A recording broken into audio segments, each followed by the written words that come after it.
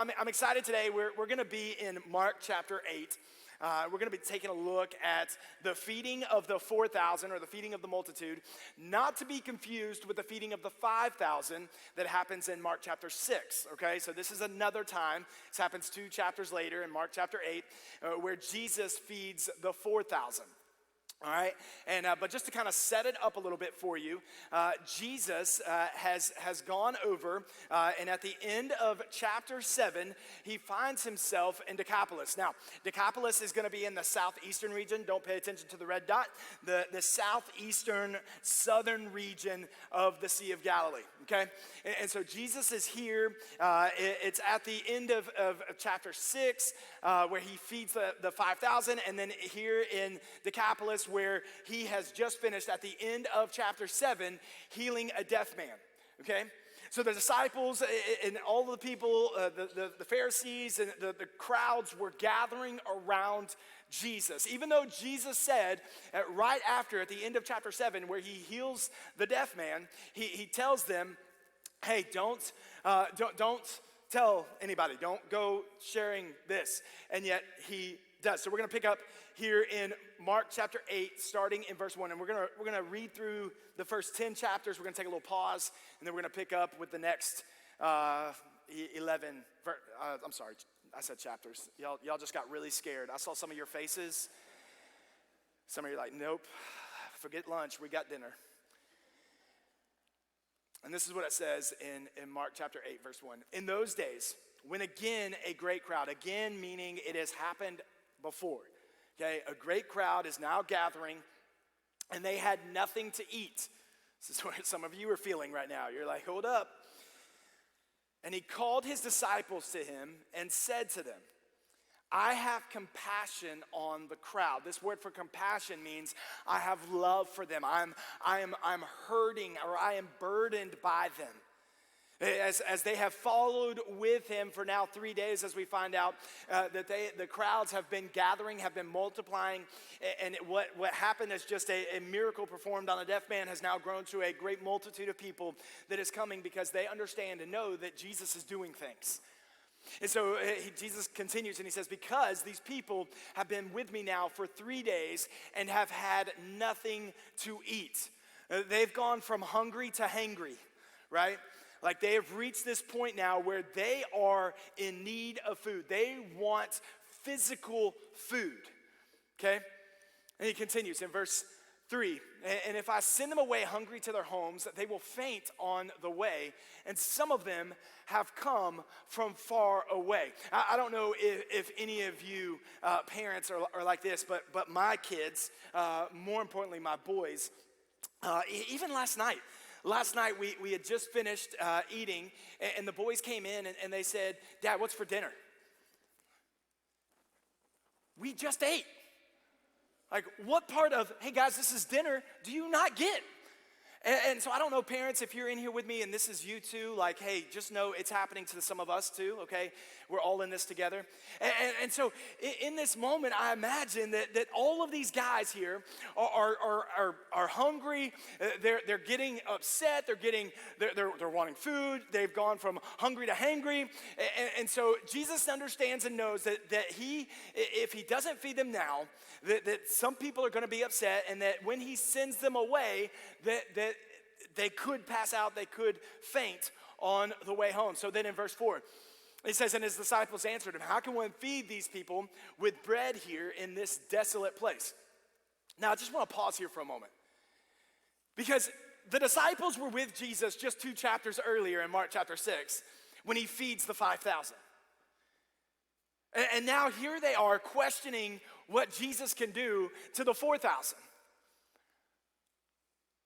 I want to pause. How many of us are in this same boat in our daily life, our daily walk, where we are questioning the things of the Lord, even though he has already gone above and beyond beforehand, but yet we're still stuck in the moment saying, God, can you really do this? His disciples answered him, how can one feed these people? They were doubting what was happening and going on. And so Jesus, being Jesus here in this moment, he gets it. He says this, and he asked them, how many loaves do you have? Jesus said, or the disciples responded, they said 7. And he directed the crowd to sit down on the ground. This directing of the crowd means, hey guys, y'all go ahead and have a seat. Something cool's about to happen. Y'all sit and stay a while. I don't know if you've ever been invited into a house before, right? But if the people don't tell you to come in and have a seat, and it's kind of one of those newer situations, newer friendships, right? Most of you, okay, there's some of you that I've seen do this, but most of you, all right, you're not just gonna walk in and just pop on the couch, hey, or sit in the recliner, right? That's a no-no in every man's house, and especially if you're not invited to sit there, okay? But in this moment, what Jesus is saying is, hey, something's about to happen here. Why don't you go ahead and have a seat? You're welcome here. Let's sit down and stay a while.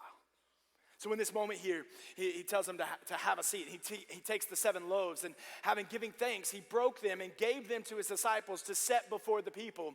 And they set them before the crowd. Now, I don't want us to miss this part right here, this ending of this verse here. See, Jesus does what Jesus can do in the taking and the multiplying of the food. But the disciples do what only the disciples can do in this moment, which is to go and to deliver.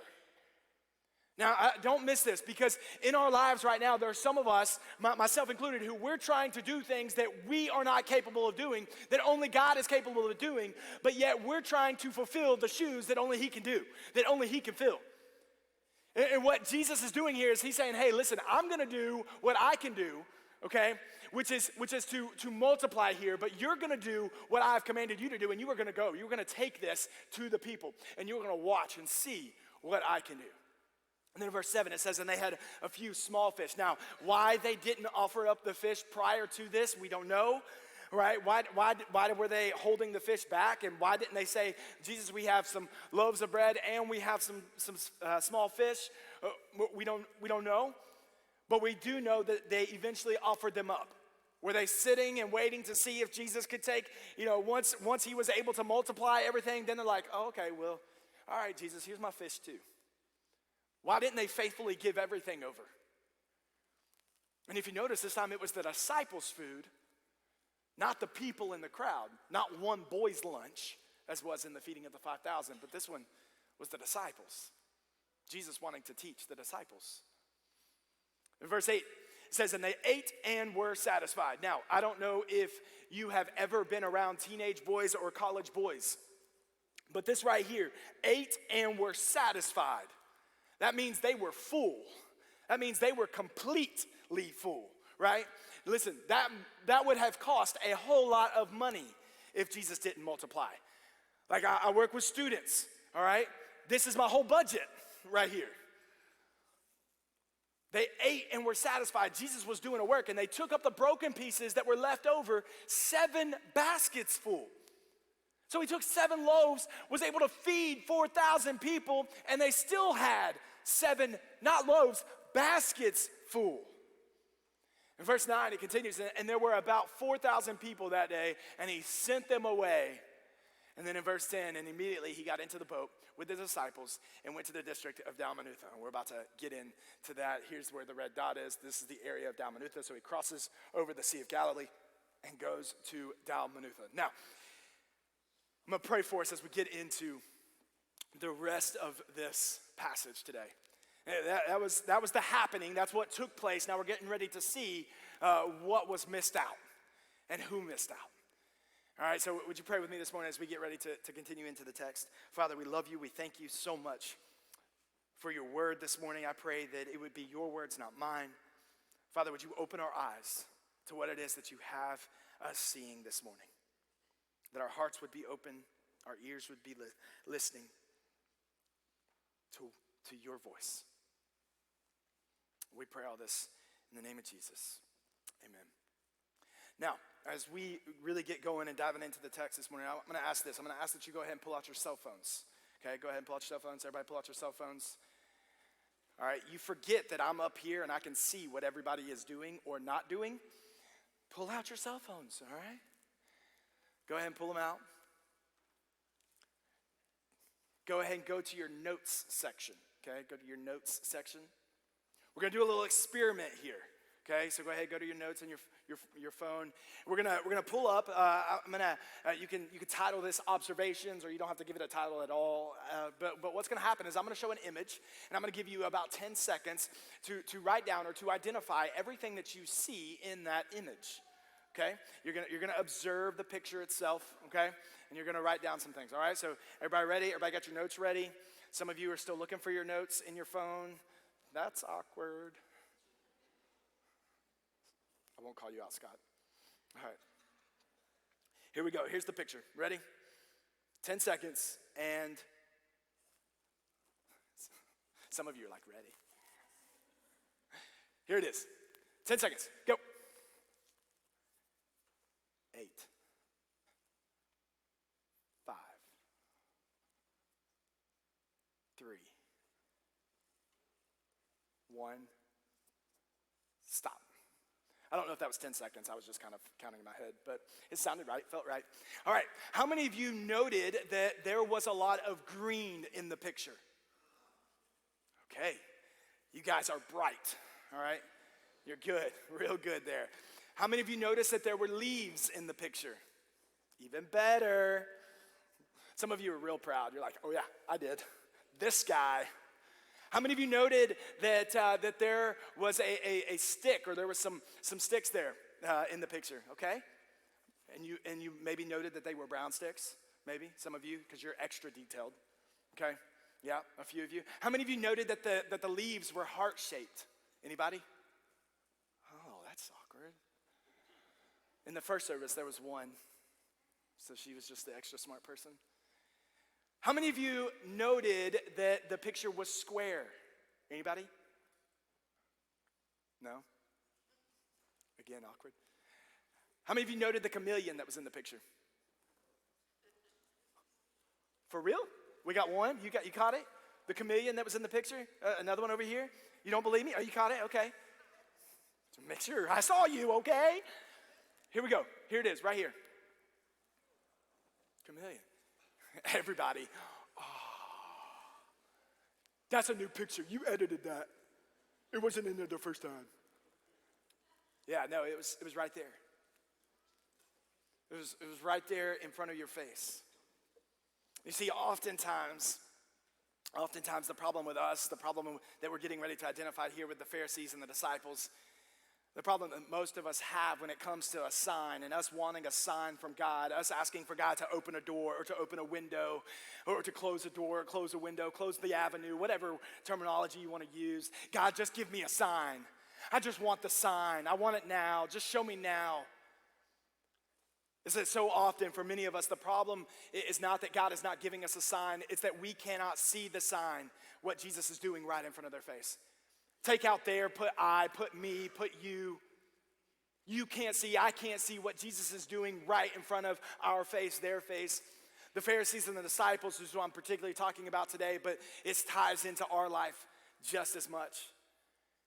We so badly want Jesus to do something. We so badly want to see him move in our lives in such a way that it only can be described by God. We ask him to show up and show out, but yet he does it day in and day out. And every single time, majority of us in this room, myself, I'll just speak for myself, we say, God, that was cool and all, but can you make me a sign? Can you give me a sign?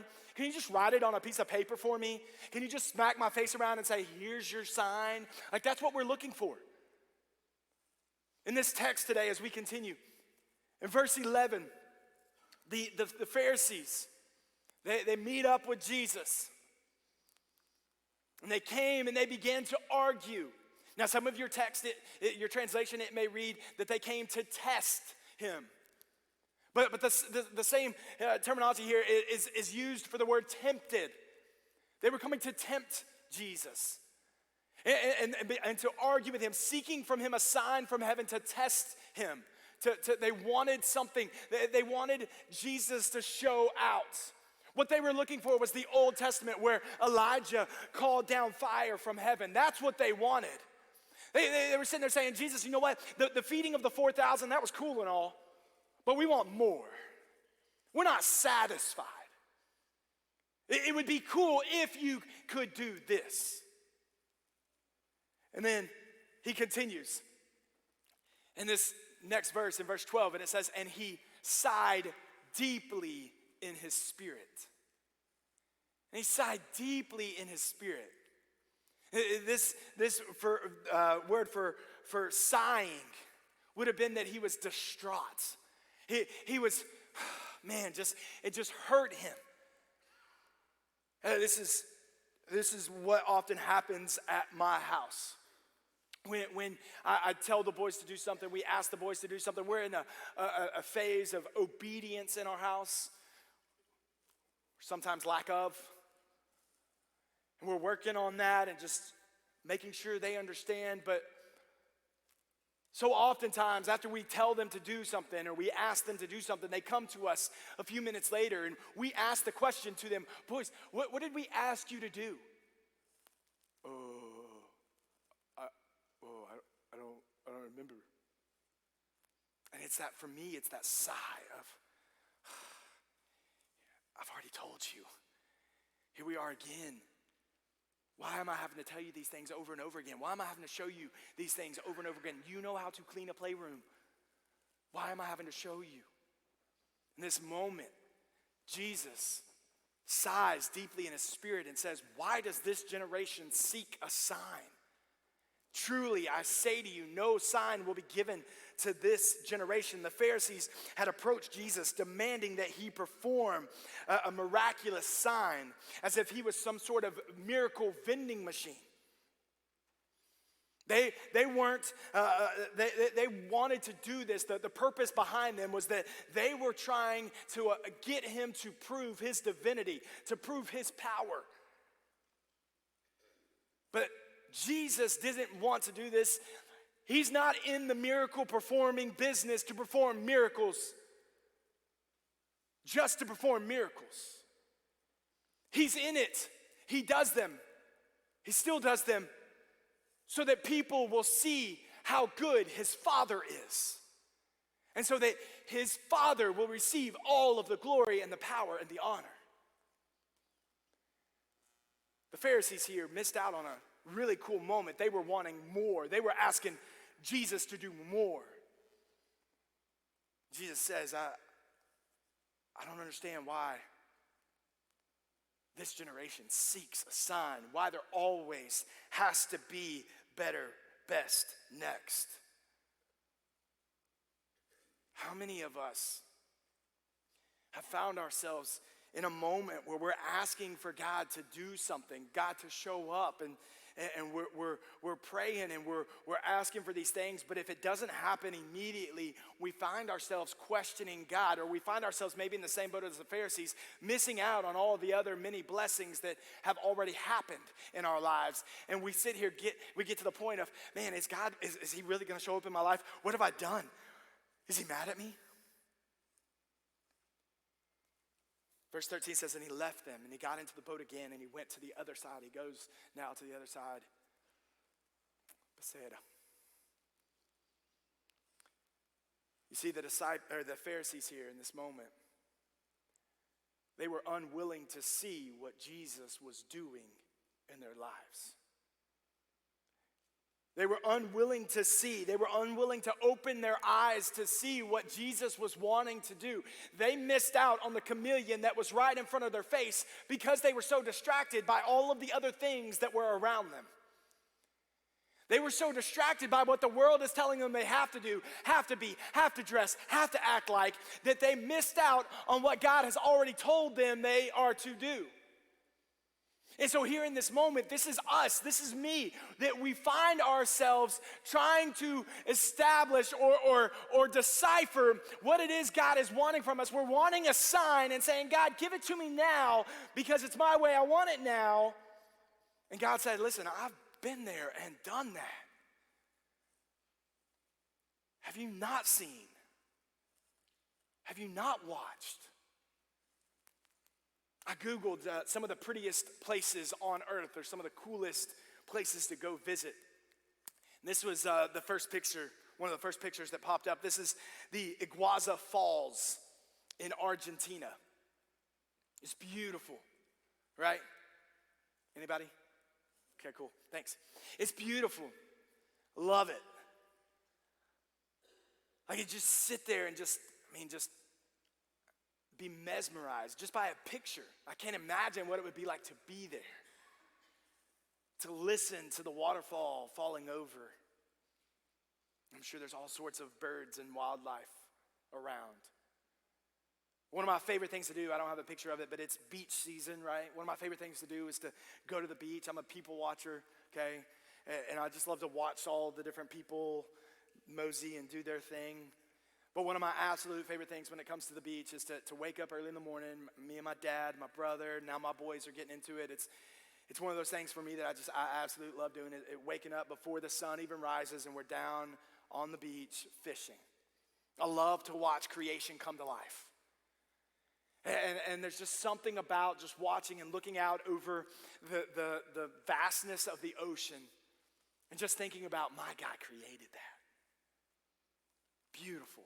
There's another picture here of the Zhangyi National Geopark in China. And these are legit rainbow-colored, different colored mountains. Beautiful on the rocks, just gorgeous. My God created that. Or maybe it's this one. Maybe for you it's the Iceland Blue Lagoon, which is in Iceland.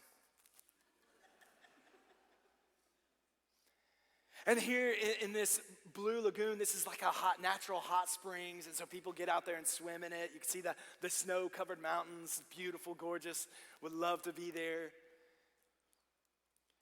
But my God made this. Now I know you're thinking, Tyler, man, that's awesome. That's really cool. Those places are foreign countries. Probably never will the vast majority of us, if not all of us, visit any of these places. Has anybody been here, by the way? Any of these three? For real? You've been there?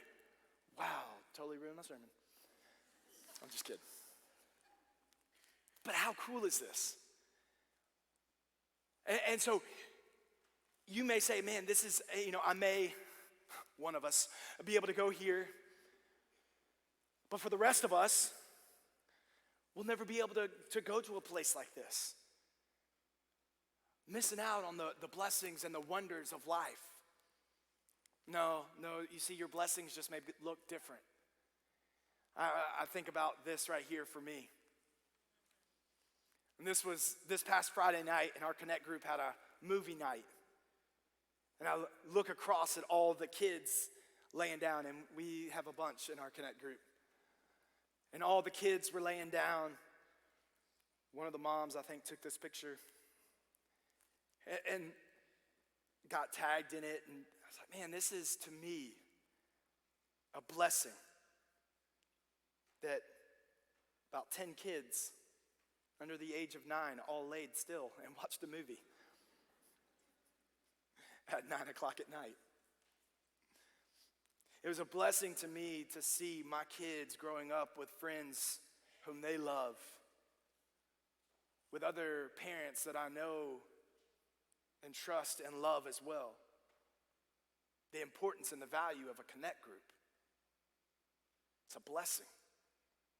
Though you may not see it as one, I also think about this, my biggest blessing.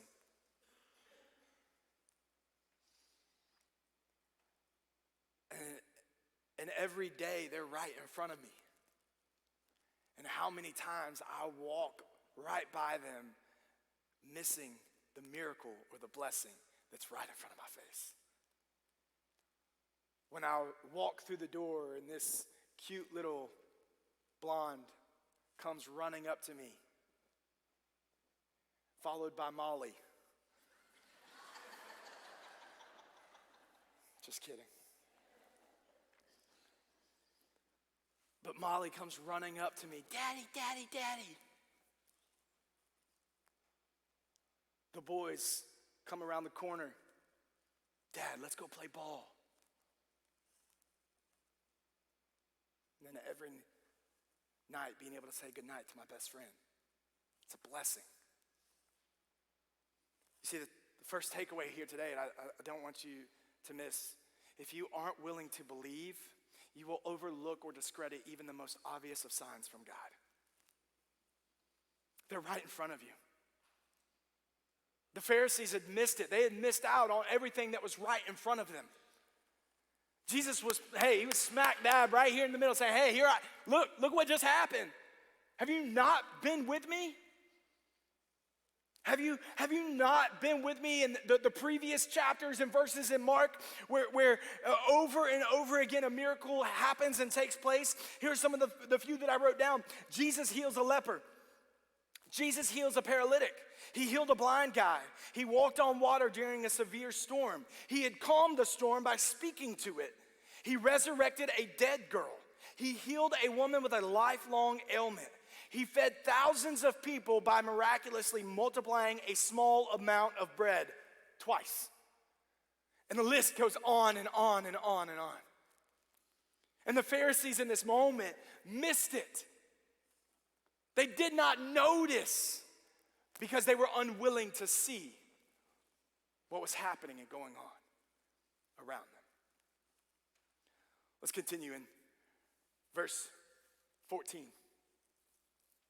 Now they had forgotten to bring bread. This is the disciples now. They are in the boat with Jesus and they're heading across the way now. And they had forgotten to bring bread, which this for me has got to be one of those moments where Jesus just goes into one of those dad mode moments, right?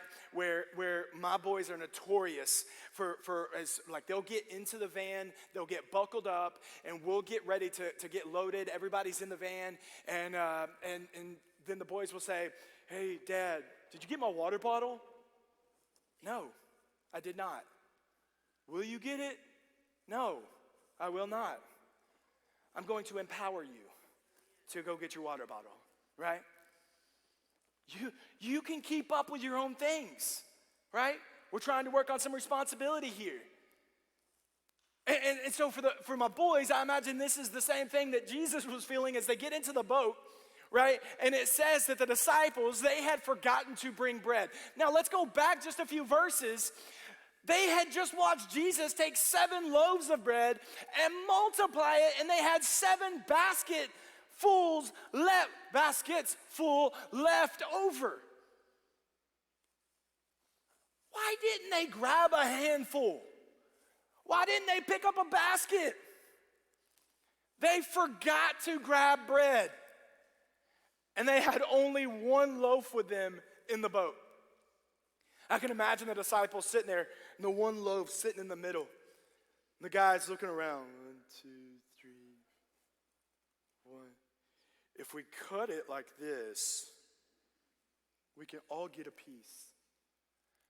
And Jesus responds. Jesus looks at him in verse 15 and says he cautioned them saying, watch out. He says, hey, fellas, I can see where this is headed. I can see where this is going. Be careful. Be aware of the leaven of the Pharisees and the leaven of Herod. Now, this term for leaven, it would have been a common use of the word. And what it would have meant would have been like the way that we throw around the word sin. Because what would have happened is they would have taken some of the dough of the bread, and they would have taken a pinch of it, and that would have become the new leaven, and it would have become puffed up. It would have grown to be puffed up. And so that term puffed up is the pride or the sin in which the Pharisees and Herod would have inhabited. And so what Jesus is telling the disciples here is, hey, fellas, be careful. Be aware. You're missing out on a point here, and I don't want you to get caught up. So I'm asking of you to watch out. Be aware. Verse 16, the next words out of the disciples' mouths. And they begin discussing with one another the fact that they only had 1 loaf of bread. So they're in the boat. The disciples are all looking around counting. Divide that by 2, multiply, carry the 1. Okay. I don't know how this is going to work. Jesus says, fellas, hold on. Let's pause for a minute. You're looking for the physical healing of an ailment, of your hunger, to satisfy your hunger, and you're missing out on the fact that not only did I heal the physical ailment of 4,000, but I also delivered them with their spiritual ailment too. Jesus is saying, hey, watch out here. Don't miss this. Be careful. Don't fall into the temptation of thinking that it's all about me and that I want what I want and I need what I want. They begin discussing with one another the fact that they had no bread. Jesus essentially says to them, be aware of the evil Pharisees. For in a time that is coming, I will show you the ultimate power, the ultimate authority that I have. Herod and the Pharisees thought they had power, both political and some authority on earth. Jesus is saying, no, there's more coming. Verse 17, he continues, and Jesus, aware of this, seeing them all talk and discuss what was happening in the boat with only the one loaf, Jesus says to them, why are you discussing the fact that you have no bread? Do you not yet perceive or understand? Are your hearts hardened? Jesus is asking them, hey guys, listen, you have been with me. Some of you I called out of your profession of being tax collectors, of being fishermen, of being net menders. Like you were the lowest of the low. You were told that you were never going to be able to follow in the footsteps of the rabbi or to be covered in the rabbi's dust. And yet I called you out to follow after me. And you left everything that you had. Have you not yet been provided for?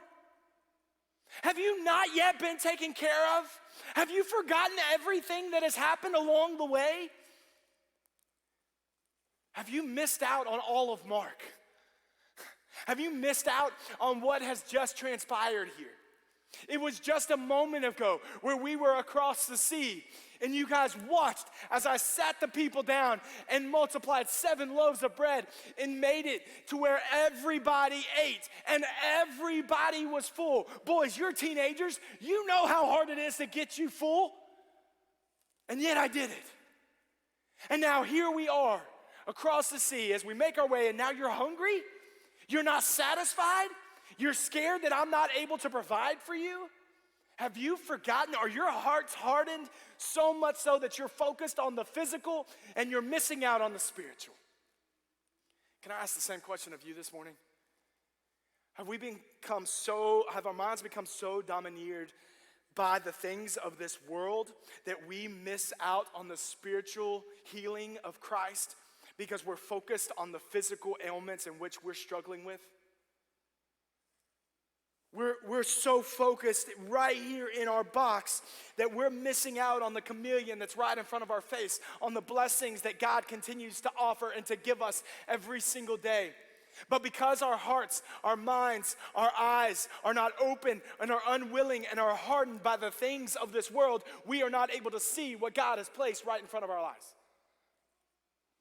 Verse 18, he says, having eyes do you not see, and having ears do you not hear?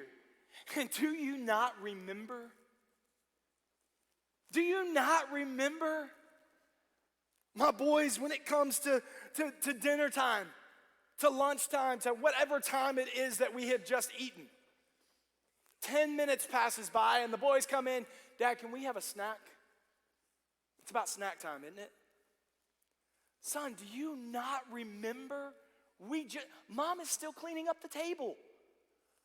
Like, it was that just a few moments ago. Jesus is saying here, hey, this just happened. It just transpired. Have you already forgotten? Were you so focused on getting your needs met in the moment that you missed out on the bigger picture? What about you? Have you been so focused in your box, wanting your physical needs met, that you've missed out on the bigger picture of life? Verse 19, he continues and he says this. When I broke the 5 loaves for the 5,000, how many baskets full of broken pieces did you take up? They said to him, 12. This is back in Mark chapter 6, when the feeding of the 5,000 took place. They said to him, 12, you over and above. And then the 7 for the 4,000 people. How many baskets full of broken pieces did you take up then? And they said to him, 7.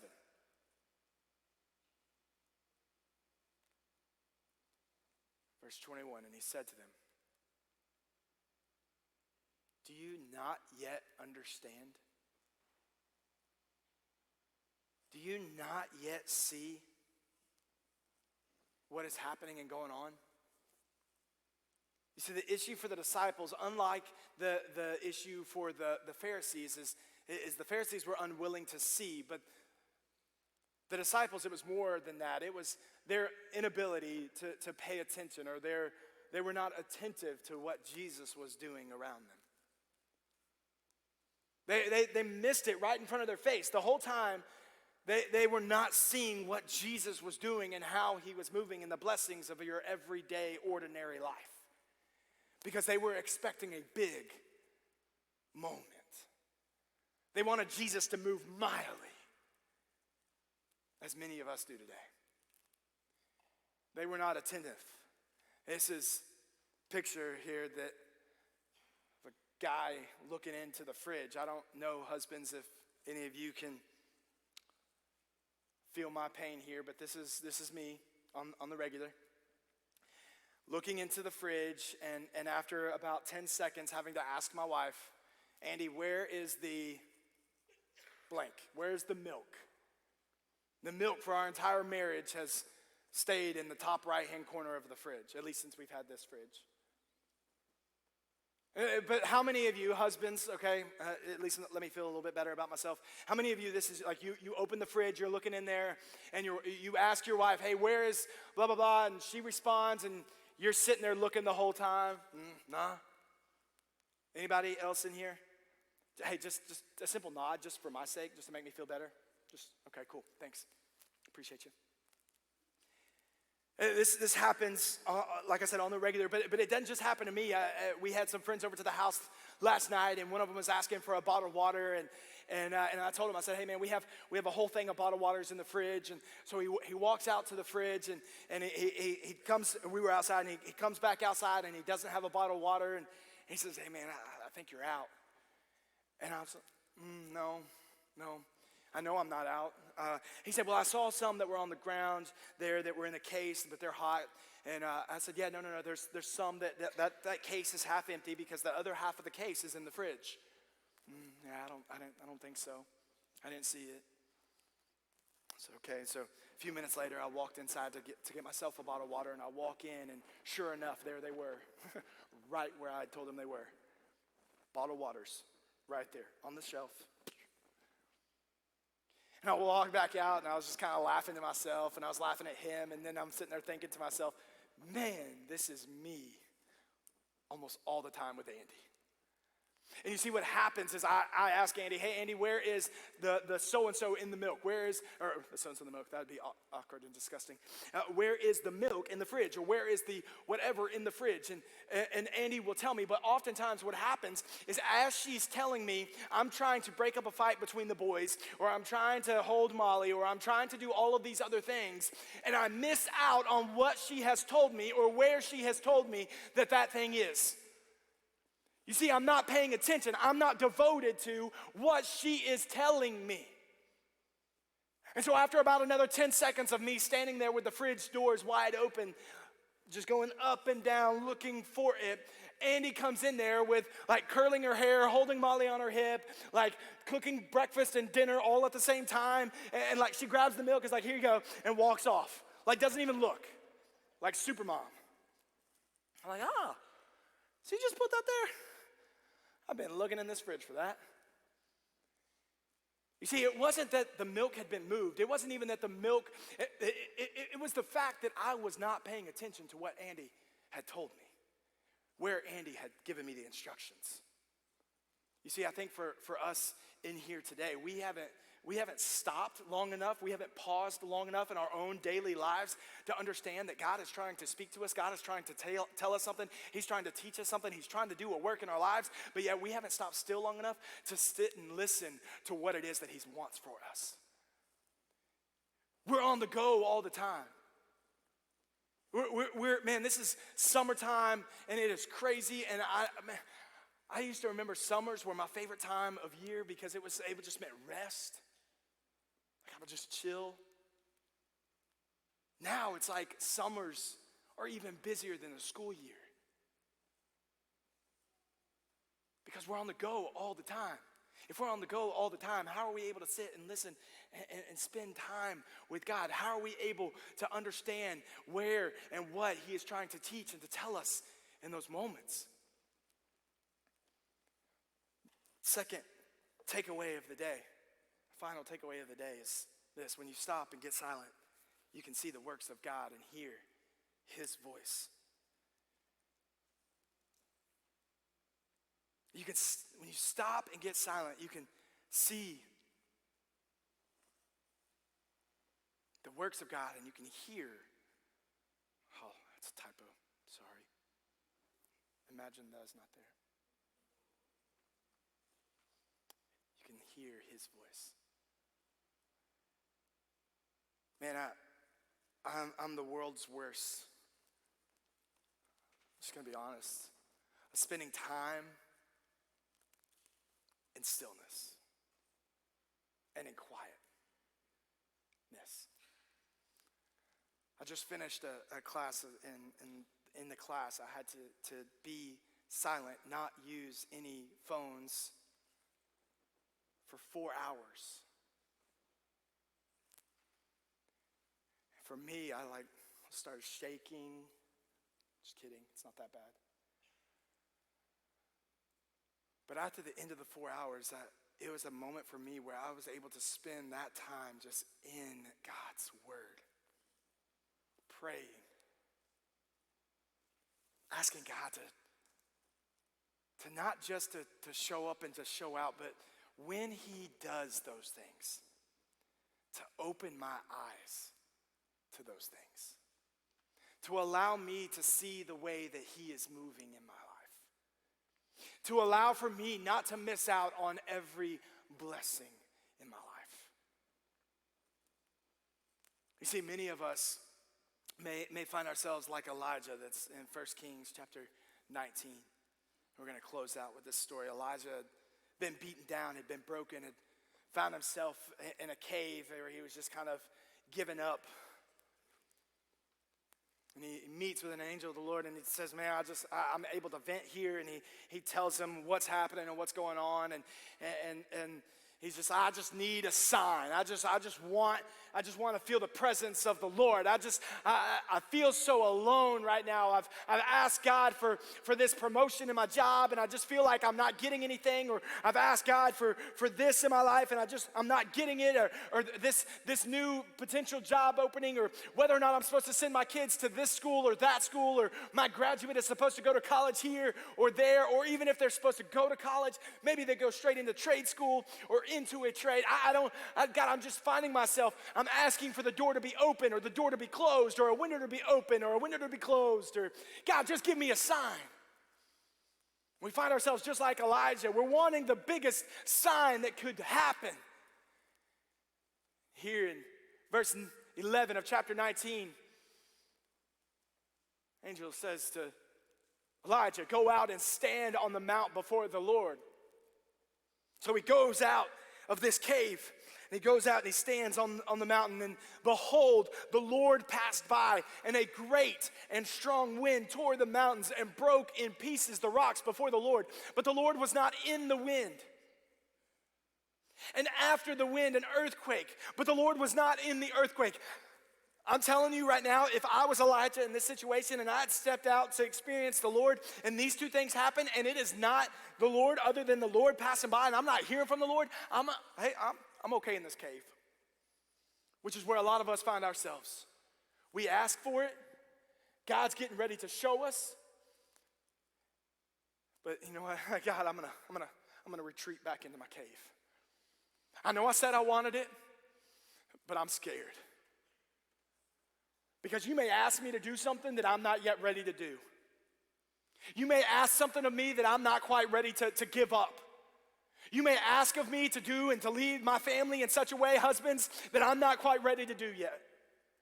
You may ask me, wives, to follow in submission to my husband and his lead and leadership over our lives, and I'm not just quite ready to do that. Students and college students and young adults, I'm not quite ready to follow in obedience what my parents are asking of me. I'm just not quite ready yet. I'm going to fall back into this cave because it's comfort. This all isn't taking place. Verse 12, it continues, and after the earthquake, a fire, but the Lord was not in the fire. And after the fire, the sound of a low whisper. You see, so many of us want to experience God in the earthquake or the winds or the fire, but we're not ready to sit in silence to listen for the small whisper. Verse 13 finishes with this, and when Elijah heard it, he wrapped his face in his cloak and went out and stood at the entrance of the cave. And behold, there came a voice to him and said, "What are you doing here, Elijah?" So my question for us today as we get ready to end, what are you doing here? What are you doing here? Some of you are asking for a sign from God. You're asking for God to speak to you in such a way that only God can do. You're asking for miracle upon miracle upon miracle in your life, and yet God has already proven time and time again that he is who he says he is. He is, was, and always has been. He is, was, and always will be. He has already gone before you. And he is ready to walk with you in this journey, but yet many of us are not ready to give up and to step out of the cave that we've been living in. All the miracles have been happening and going on all around us, and the blessings of life have been surrounding us, but yet we have been shaded by what has taken place in the world that we miss out on what is happening right in front of us. My prayer for us this morning is that we would understand, that we would realize that God is still moving, that God is still working. I believe that the same God that performed the miracles back in the day of Mark, as Mark was writing, I believe it is the same God that is still performing miracles today. And I believe that he is still moving and still working. Can our eyes be open? Can our hearts be open and our minds be open to the things of the God, not the things of the world? That we would be so focused on him that we would not miss the chameleon right in front of our face, but that we would see the little blessings all throughout our lives. And when we notice those blessings, we would give him praise and honor and glory for those moments. That we would see God as still moving and doing a work in our lives. Just as Elijah did in this moment. I hope and I pray as we close this morning that we do not find ourselves like the Pharisees or the disciples. In a moment where we're left asking, God, been walking with you for some time now. Are you going to do anything? Are you going to show up? But instead, we would say, God, listen, Father, when these things happen, would you open my mind, my eyes, my ears, my heart, to where when I see these things happening going on around me, I can look at them and say, that's of God, that's of God, that's of God, that's of God. Praise you, Jesus. What are you doing here? And what are your eyes closed to right now? And may they be open this morning. Here's your sign.